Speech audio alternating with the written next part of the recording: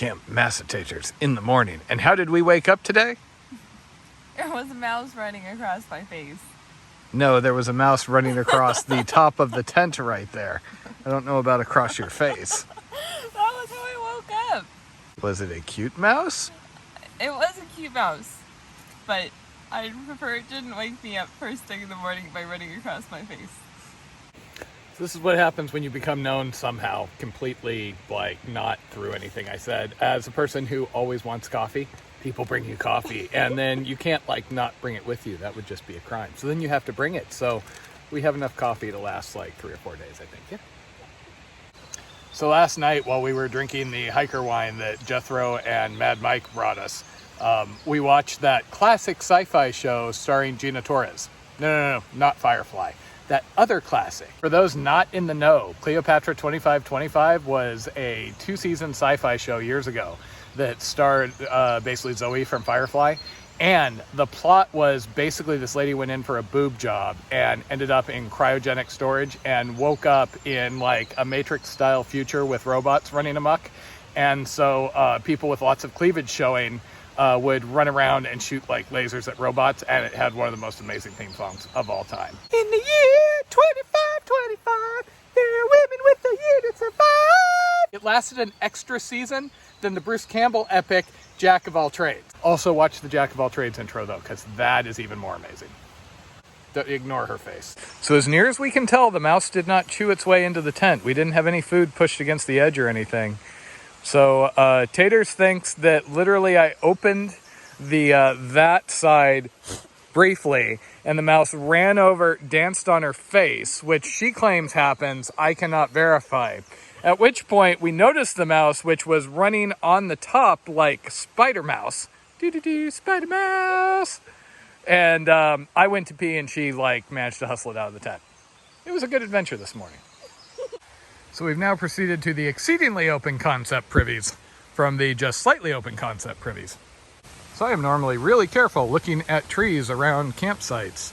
There's an issue in the Sierra Nevada with dead trees from a blowdown event a couple of years ago. And you don't want those to fall on you, obviously. Out here, it is really hard to tell though, because there's been healthy green ones that have been falling down. On the plus side, you could probably set a speed record trying to aquablaze this section of the trail going southbound right now. So one of those nice little treats that people sometimes bring when they come out to say hello is what I call hiker wine, which is they sell these little cardboard containers of wine at Dollar General and a couple other stores. They're about 2/3 of a normal wine bottle, but there's no opener, and you can collapse them down flat and they're really light after they're empty. So they're kind of perfect for packing in. Taters and I are red wine drinkers. Neither of us really care for whites. So our favorites, if you're looking for the Tater seal of approval, Black Box makes a Cabernet that I like, and then also Liberty Cap has a Cabernet, and those are kind of our 2 favorites. And then if we can't get those, same brands with Merlot. Anything else I haven't liked as much when we've tried it. For example, there was a sweet red that I ended up getting because it's like, well, this is the only thing on the shelf and I kind of want wine today. And that was so disgusting I had to like throw it out, which was really sad because I carried it all the way in. This is the most pleasant hiking we've had in days. And no, that's not the ibuprofen talking. I mean, it probably is helping, but it's not just the ibuprofen talking. We finally got a bit of a break in the humidity.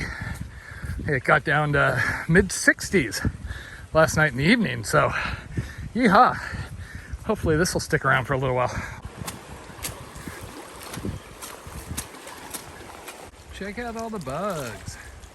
So unfortunately, it looks like Connecticut is the next in a long line of states now that tries to limit all camping to the shelters and other designated sites. And it seems to vary on the area how many designated sites there are. We got to a shelter last night and there were probably about 10 people scattered around, a bunch of tents, people in the shelter, etc. And we just lucked out that there was a campsite that was a couple tenths of a mile further on that nobody had been to. As I've said before, I'm not the biggest fan of camping around groups, never mind all the additional bear risk and things like that that brings. So I'm slightly less than thrilled. by this, but that's okay. Just what, 700 more miles, and then I'll be in the IAT and shouldn't have to deal with camping in crowds anymore. Someone had asked to see more cool fungi, so I gotta say, these little orange things are pretty cute. They kind of remind me of the toadstools we used to have in our reef aquarium. So here we have Mascus and Spider Woman scouting out a crossing across Guinea Brook here. They are taking a look at that fast-moving section, and I'm really hoping they don't decide to actually go across, because that looks pretty darn sketchy to me. There is a detour, and hopefully that conversation is them deciding discretion, better part of valor. Oh no, you really don't need to look over there either. Just come on back. Oh gosh. Oh gosh, he did it. Yeah, I don't think I'm gonna follow that.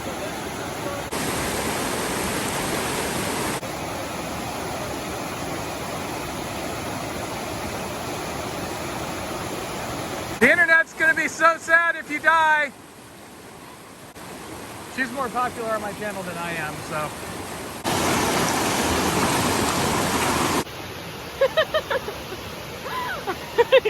Alright, so he ended up saying it wasn't that bad and then I should come over, and he was mostly right. It wasn't quite as bad as it looked. I have let you talk me into some crazy stuff before.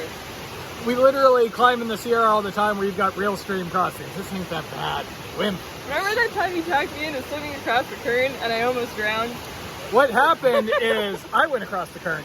She came over right when she could have put her foot down. She wigged out, yelled my name, and then swam all the way across. All the way over. There are witnesses that can tell you. Now that we've gotten through somebody being overly dramatic about a completely reasonable stream crossing. Sketchy. So do I. I swear that crossing was the most fun I've had in weeks. Have I said how much I miss the PCT and the Sierra, etc., etc.?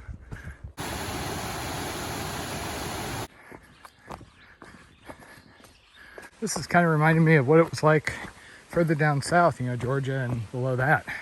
Trees weren't fully filled in, so you could actually see a bit. Kind of cool.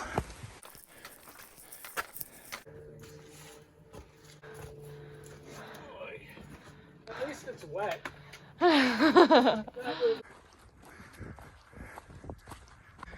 Okay, it looks like unfortunately we're probably going to have a bit of a late night. Stream crossing and everything is taking longer than usual, and Connecticut only wants you to stay at basically sheltered and designated spots, so we have very limited options.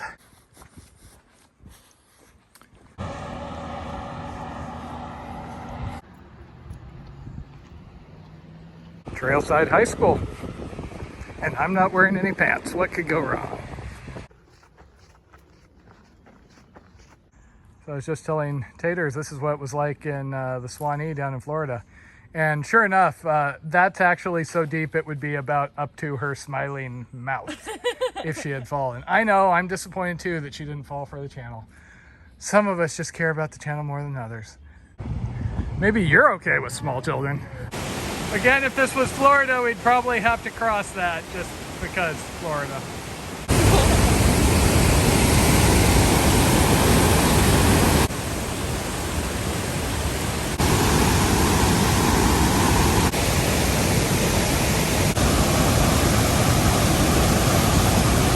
So it's currently about 8 o'clock and we're climbing the side of Mount Prospect. Unfortunately, Connecticut is one of those that is kind of strict about just camping in campsites. And literally our only option here is a shelter that's something like 300 feet below the trail. And based on what I've seen the last couple of days, I'm afraid it's going to be kind of busy too. Good morning from Camp Taters. Don't do that. I am psyched up for Taters Tuesday. Plan today. Cut it out.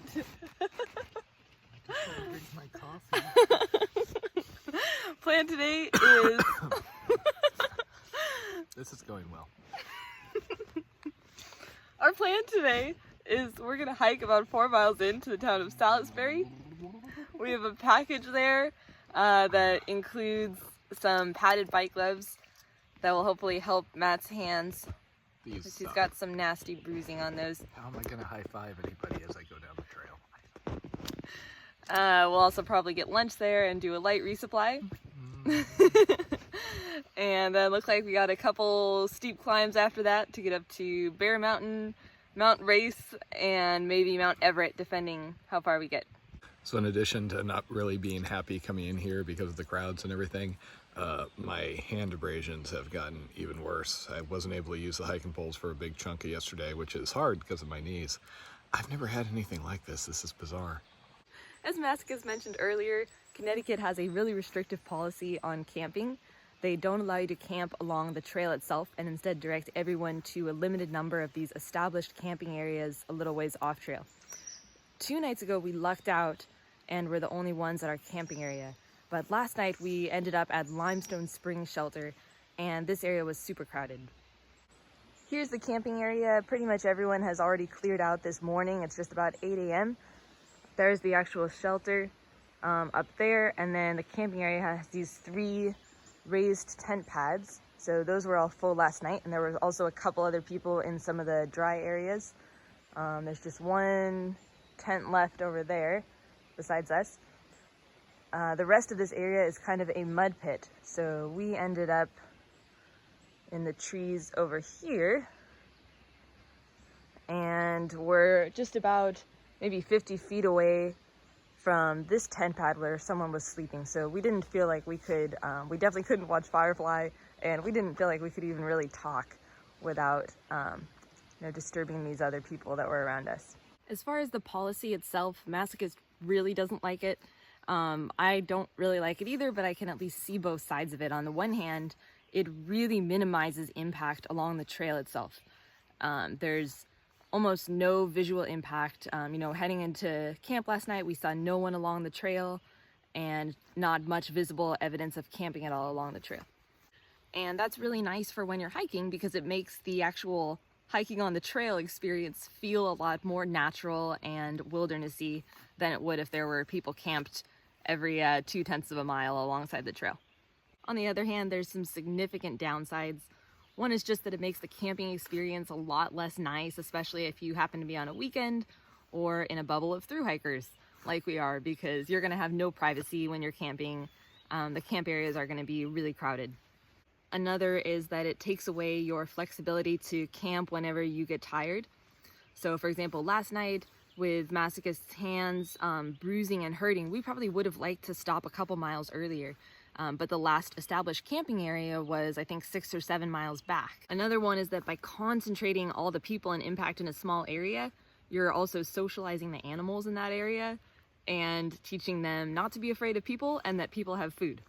So all the animal issues that we've heard about here, where you have mice and raccoons and bears that lose their fear of people and are behaving unnaturally, those have all happened around these shelters or established campsites. Okay, so what was the morning deslugging count? About 20. And that's not counting all the ones I removed off my flip-flops, my pack, and everything else. There were a lot on your flip-flops. On the plus side, we didn't go off trail to go down to that official campsite. We wouldn't have gotten to hike right next to this waterfall. On the other hand, we saw a giant waterfall yesterday that was right along trail, and the camping down here sucked. That waterfall was amazing. Morning, guys. Okay, so we just crossed the 1,500 mile mark, and our buddy from Truck Stop was back there. So we got him in on the photo. His trail name is Truck Stop because he literally, I think, stopped a truck with his face, and that's why he didn't get to do the trail till now. Yay, happy Mackaye. No, I haven't had lunch or a beer. I think one thing that doesn't always come through on these videos is how happy the little things make him. It's muddy, there are mosquitoes, and I still have not had lunch. Wow, that mushroom is bigger than my head.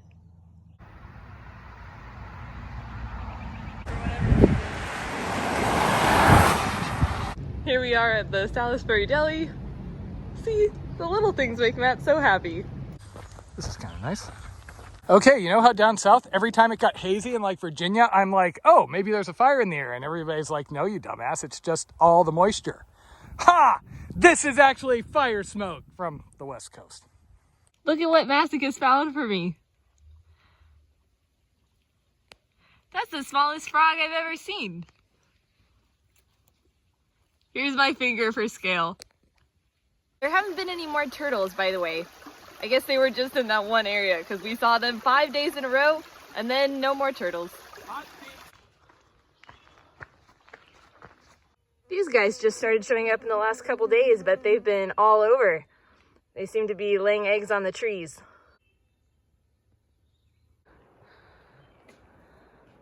All right, awesome weather. Finally, it is so nice to have everything dry. Okay, I am not dry. And also, this is making me all nostalgic for Washington last year because the sun coming through the clouds or through the trees is all orange from the West Coast smoke we're seeing. So yeah, if it ain't one thing, it's another. Okay, so welcome to the highest peak in Connecticut. Unfortunately, not to be confused with the highest point. There is the shoulder of Mount Frizzle, which is mostly in another state, which is 64 feet higher. So, yeah, it's kind of like how the high point of Nevada is just a bump right on the California border, and there's something higher right next to it, because that's over on the California side. Here's the view from the top of Bear Mountain.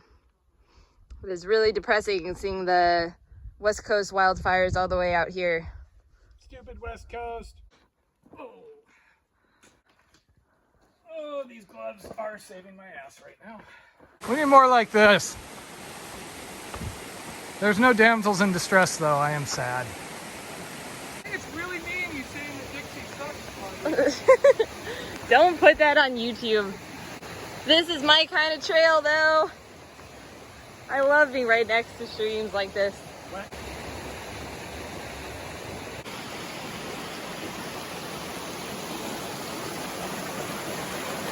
So this is called Sage's Ravine, and it is a super magical spot. Super nice trail right by the stream. There was a mat. I dropped something. There was an awesome campsite back there. I wish we could have stayed there.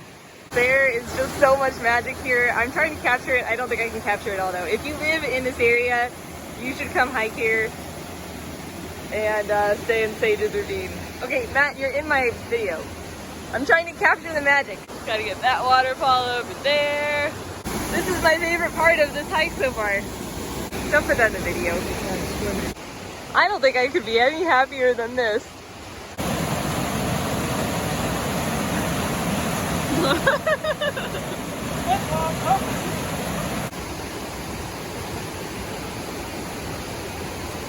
Kind of a really fun section through here and decently fast going. I just wish it wasn't almost 8 o'clock at night because we've got quite a ways and a rough descent and it might get a little dark on us. Okay, we have escaped Connecticut with its absolute ban on staying anywhere outside of designated spots. So far here in Massachusetts, we have found a couple. We didn't have water, so we pushed on to a developed site, and we just found a bunch of screaming partiers. I mean, they're literally screaming at the top of their lungs, and there's people who are crowded on the far end of a rather large camping spot looking like they're not enjoying things too much.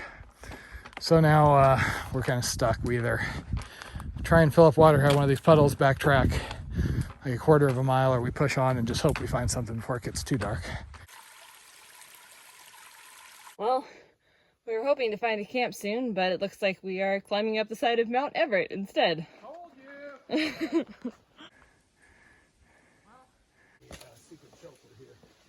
you. By the time we did get water and were ready to camp for the night, it was super steep, rocky climb up Mount Everett, steep, rocky climb down Mount Everett, road, boggy swamp that went on for like a mile. We finally ended up at a shelter at 10:30 at night, but the shelter area is packed with tents, no room for us to set up, and so we ended up at near the junction to the shelter trail with a less than ideal little patch of dirt that we can sleep on. Slightly regretting not backtracking to those nice sites earlier, but oh well, we had a nice little night hike and better luck next time. Home Home sweet home for the night.